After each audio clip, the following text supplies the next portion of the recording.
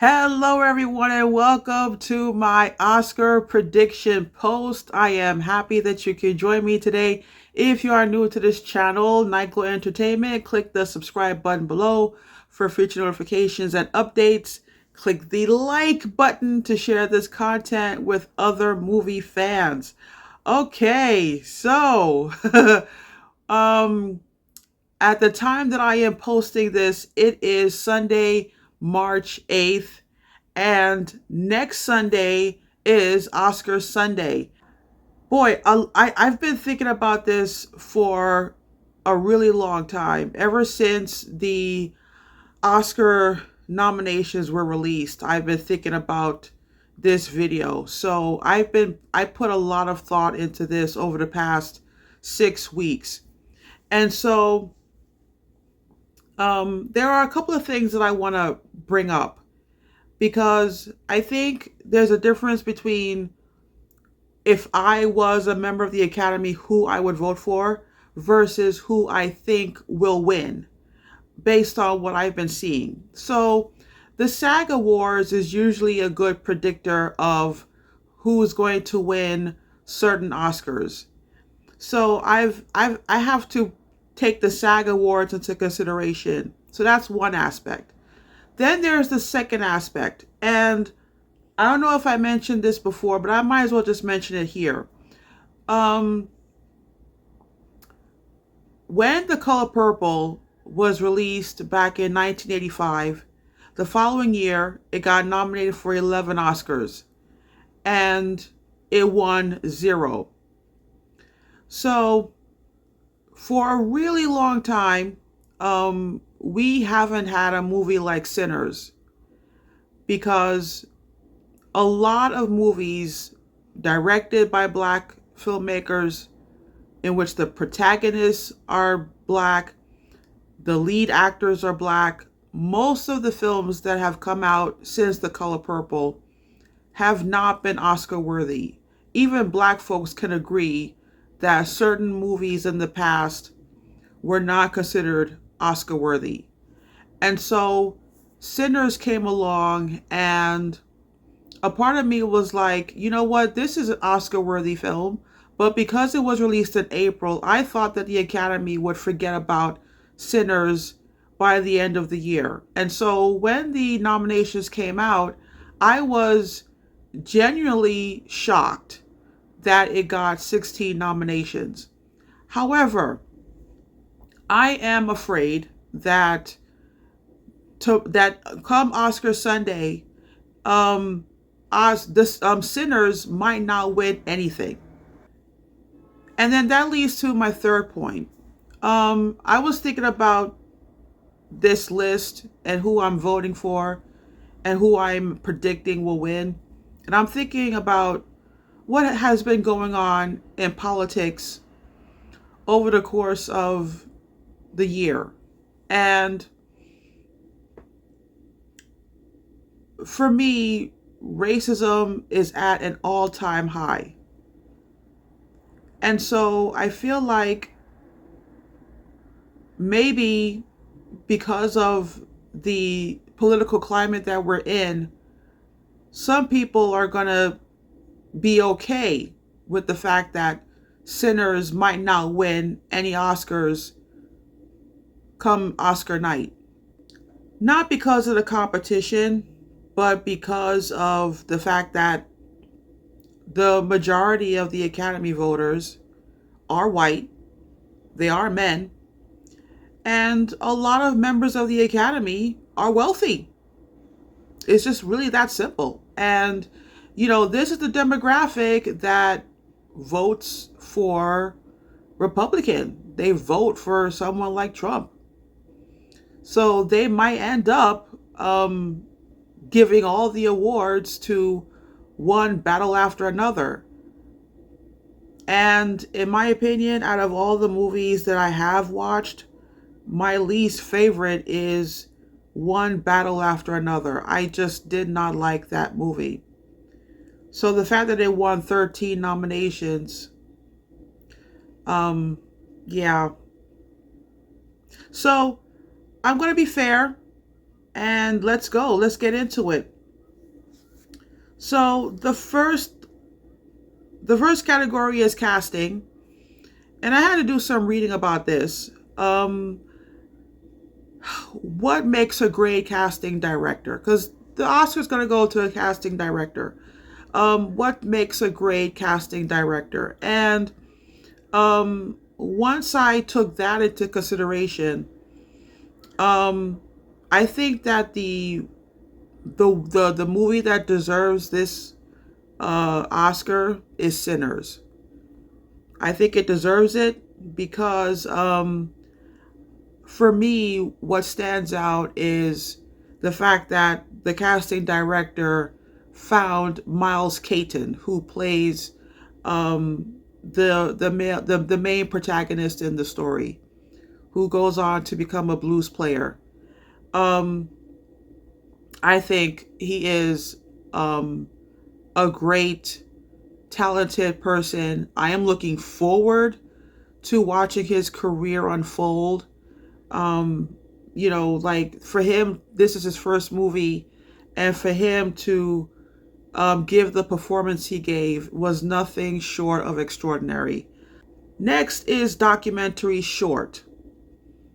I watched three out of these five movies. And one of my issues with the short film categories is the fact that it is very hard to find them because not every filmmaker is trying their best to make it accessible to the public.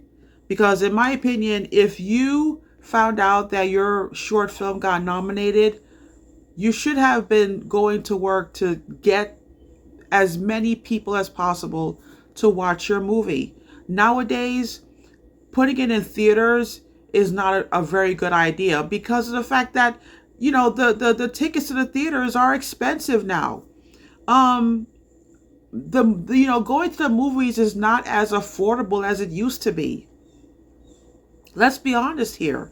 So you have YouTube, you have Netflix, you have Disney Plus, you have Peacock, you have Roku.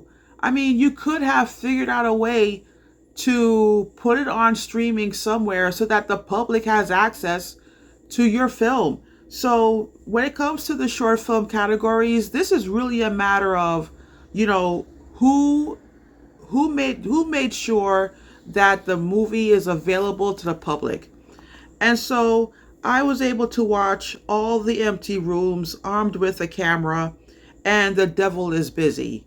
And all three of them are powerful documentaries, powerful ones. And I highly recommend that you watch all three. But as far as my prediction, I am rooting for All the Empty Rooms simply because it is about um, the empty rooms of students who lost their lives in a high school shooting or a school shooting. And it just so happens that I'm working on a screenplay right now about a high school shooting. I don't think that people talk about this enough, and so I'm just going for All the Empty Rooms. Next is live action short. And my favorite is Jane Austen's period drama. I think it's funny. I think it's entertaining. Um, it's only 13 minutes. If you have not watched it, please watch period drama. It is so good. And yeah, it's my favorite out of what I've watched. Next is animated short. And again, I was able to watch four out of five films. I was not able to find the Three Sisters. My favorite is Forever Green. That's who I am rooting for. I think the animation is beautiful. The story is heartwarming. Um, this to me, this is my favorite out of the four shorts. This is definitely my favorite. I did not like the animation in The Girl Who Cried Pearls. I did not like the ending. And the other two movies I found to be forgettable. Next category is sound. And I really had to think about this one because my question is, which which movie I found memorable when it came to sound. The sound quality that I remember the most is F1. Next is visual effects. Okay, so my opinion, the visual effects Oscars should go to Sinners.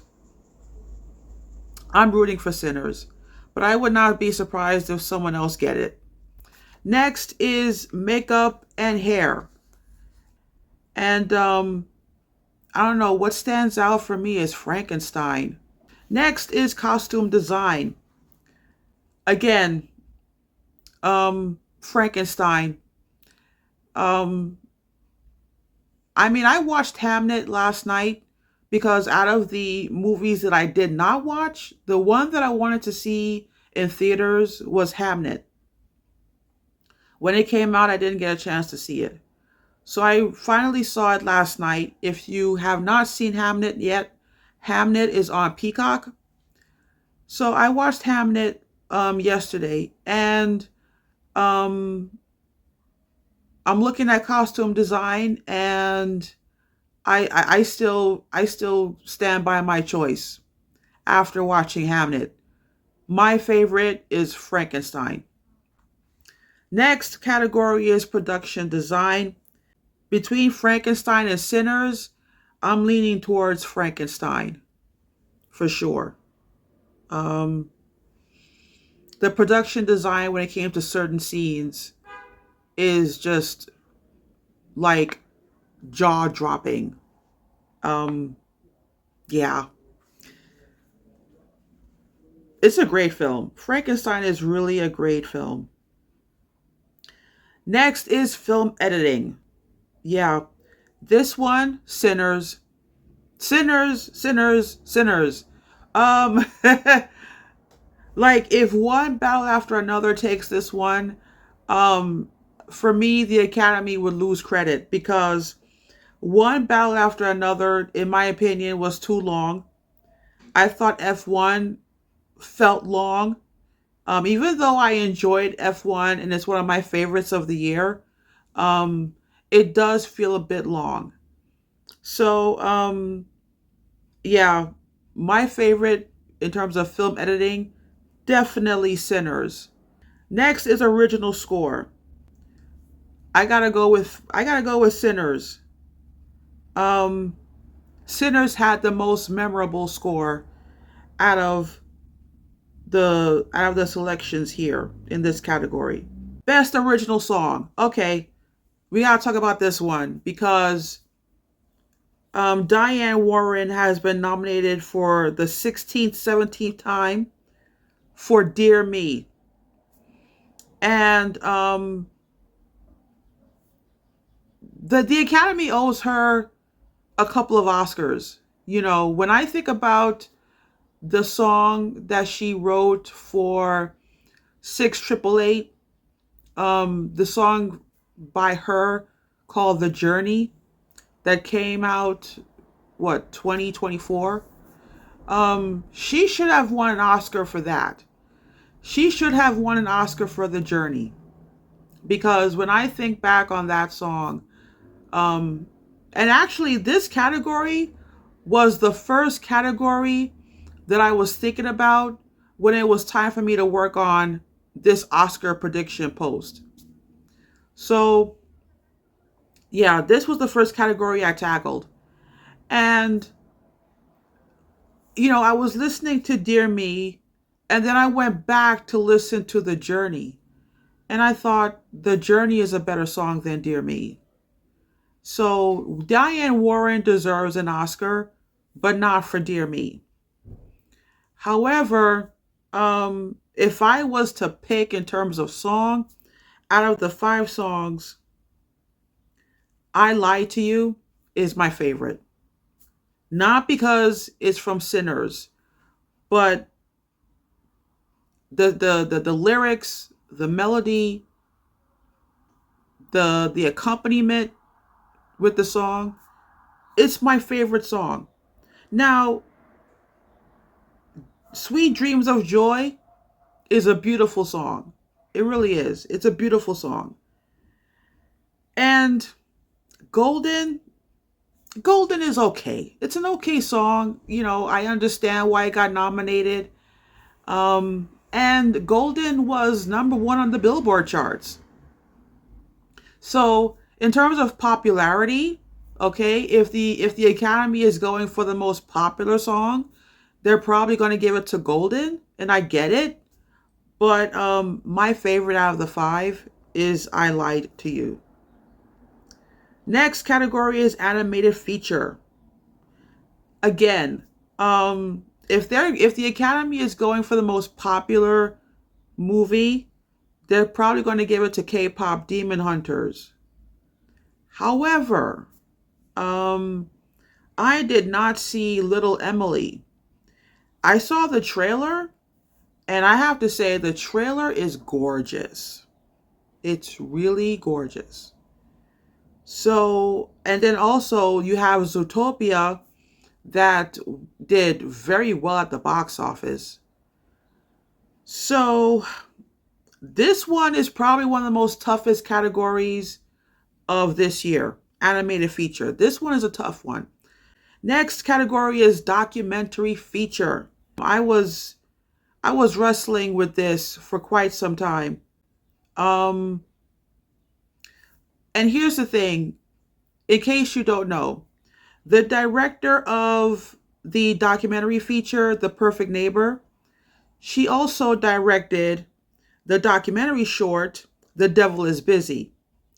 So she's been nominated twice, which is a new record. Okay, so she is the first filmmaker that has gotten nominated in two separate documentary categories.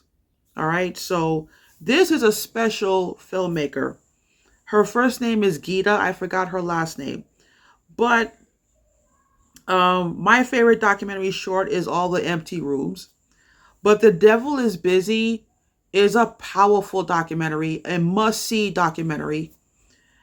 Um, but in terms of the documentary feature, I am going to vote for her documentary, The Perfect Neighbor. Next category is international feature. I'm going by what I'm reading, what I'm watching. Sentimental Value got 8 nominations. I assume that Sentimental Value will win Best International Feature. Next category is cinematography. Frankenstein. Frankenstein stands out. Now, here's the thing, Sinners. Okay, you can give the Oscar for cinematography to Sinners. You can. You really can. But Frankenstein was between Frankenstein and Sinners. My favorite slightly is Frankenstein. Best adapted screenplay. Because One Battle After Another got 13 nominations, I'm guessing that this award will go to One Battle After Another. Best original screenplay. Again, out of the five that's been nominated, Sinners got 16 Oscars.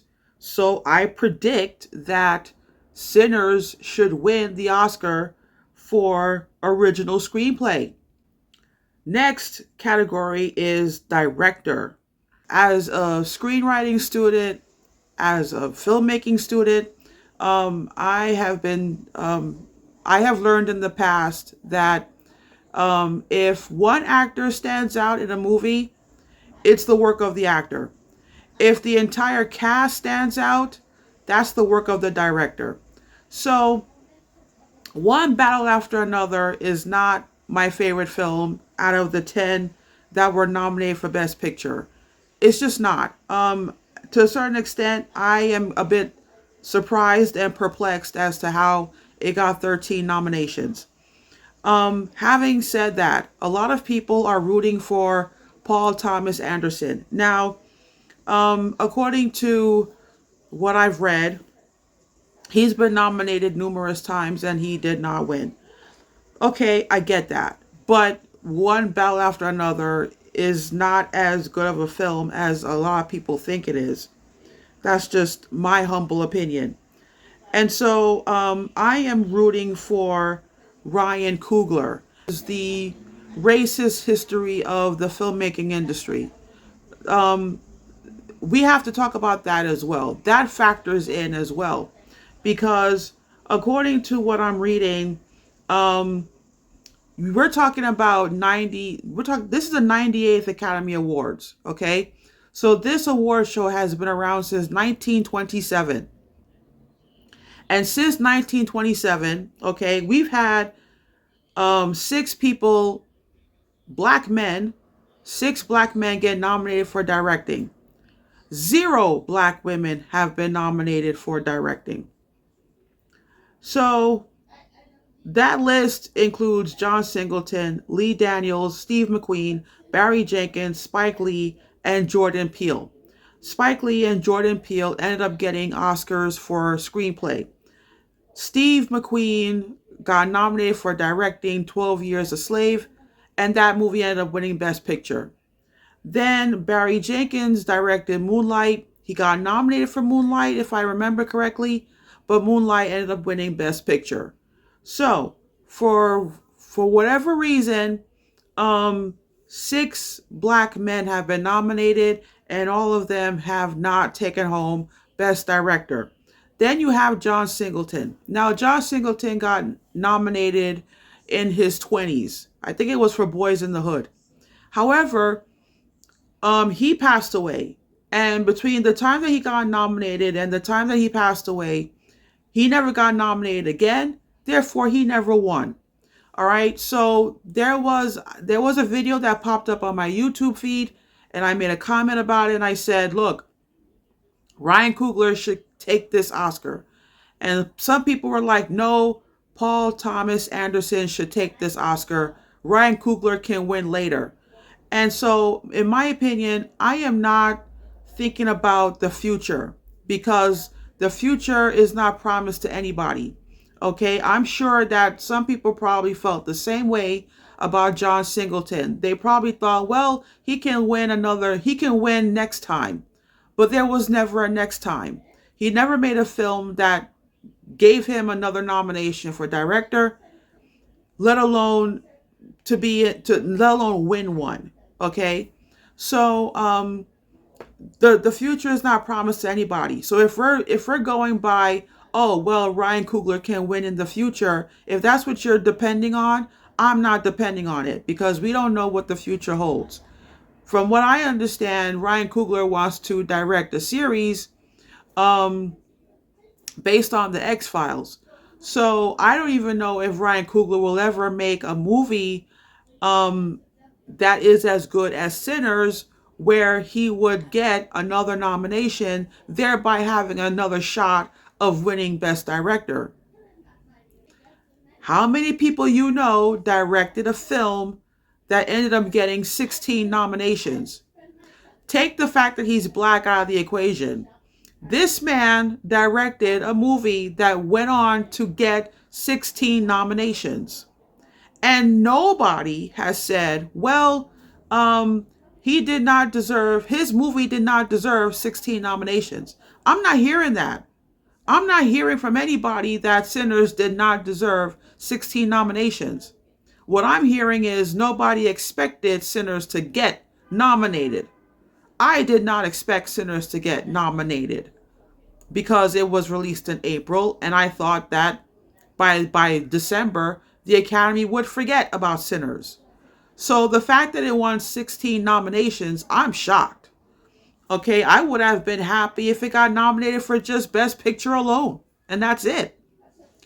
So take the fact that he's black out of the equation. This man directed a movie that won 16 nominations. That alone, to me, right there, is proof that, you know what? He deserves to win it, and it's not fair to deny him the win. So next category is Best Supporting Actress. I'm going by who won the SAG Award. And who won the SAG Award in that category is Amy Madigan for Weapons. Never heard of the movie. Never heard of the actress. But because the SAG award went to her, I'm assuming that she's going to win the Oscar. Now, who do I prefer to win? I would prefer if Wunmi Mosaku wins for Sinners. Next category is lead actress. Okay. And based on how the award season has been going, I predict that Jessie Buckley is going to win for Hamnet.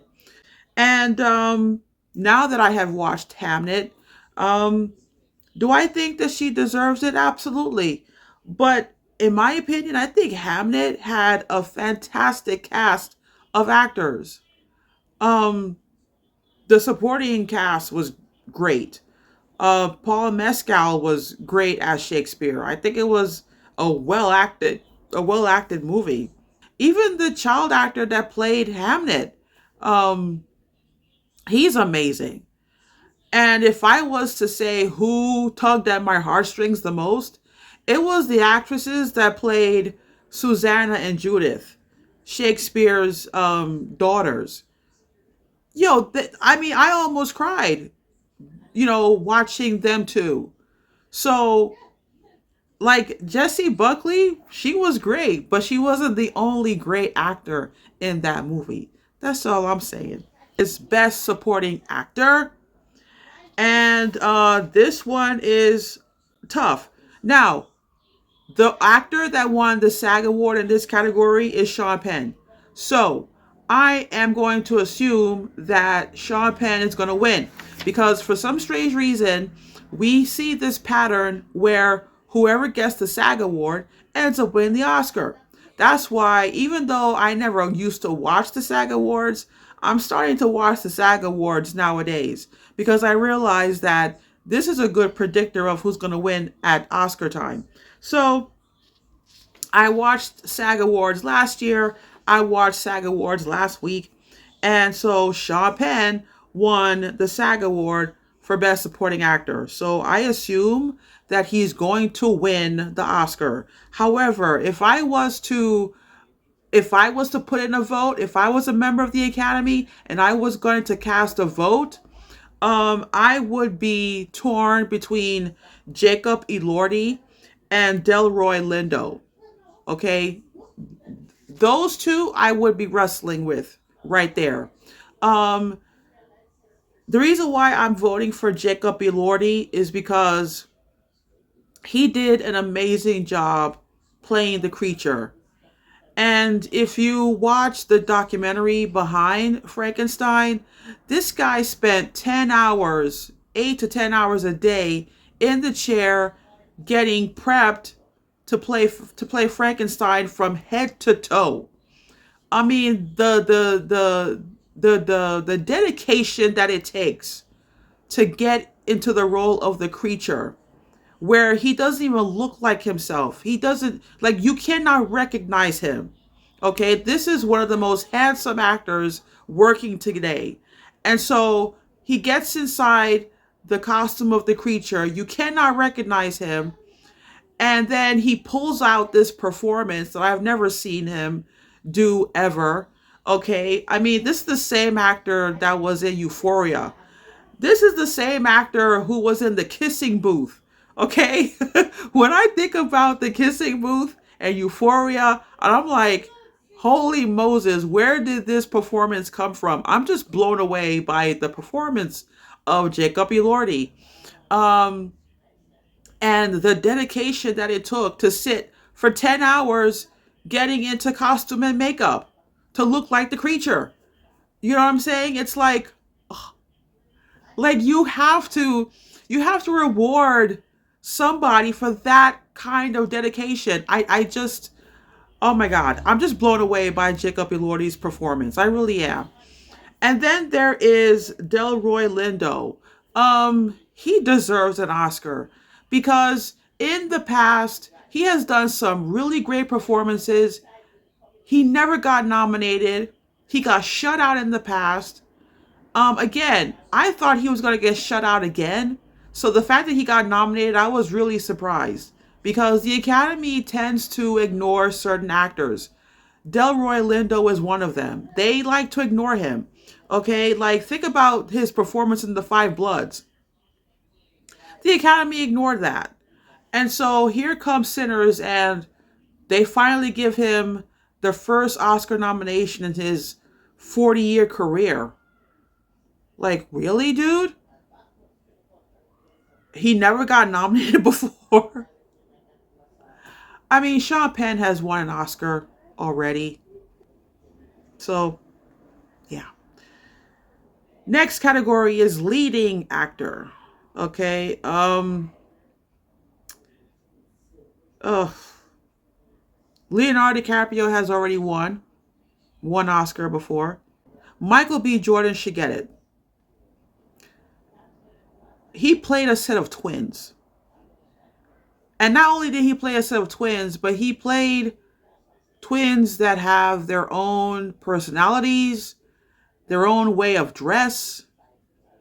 Um, like they're twins and they're alike in a lot of ways, but they're different in a lot of ways.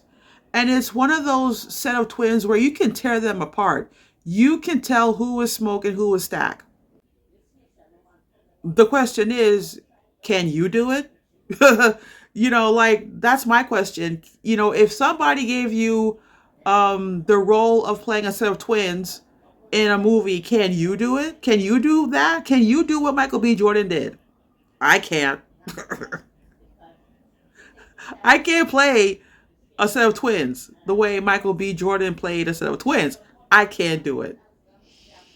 But based on my experience working with actors, actors love that. Actors love playing two parts in one production. They love that stuff. They love the challenge. But again, I can't do it. Next, last but not least, the nominees for Best Picture, and the nominees are Begonia, F1, Frankenstein, Hamnet, Marty Supreme, One Battle After Another, The Secret Agent, Sentimental Value, Sinners, and Train Dreams. Okay, so no surprise, my pick out of the 10 is Sinners.